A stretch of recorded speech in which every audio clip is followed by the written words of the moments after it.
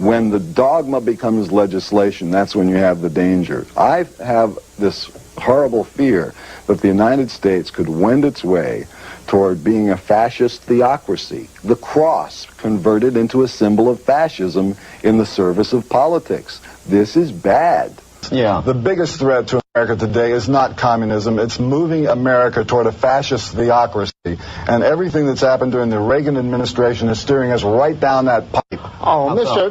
Zappa, Mr. Zappa. When you have a government that prefers a certain moral code derived from a certain religion, and that moral code turns into legislation to suit one certain religious point of view, and if that code happens to be very, very right-wing, almost toward Attila the Hun... Well, then you are an anarchist. Every form of civil government is based on some kind of morality, Frank. Morality in terms of behavior, not in terms of theology.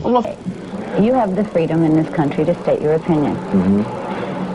And I hope I continue to have that freedom, and that's why I would not like to see them continue in the direction that they're going. But you take away their freedom. I'm not taking away their freedom. I'm saying that they are wrong in what they're desiring to do.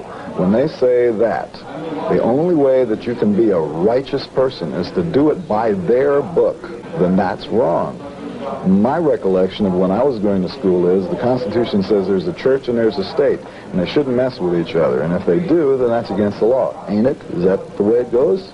Even though we call this country a democracy, it's turning out to be more and more a candy-coated dictatorship.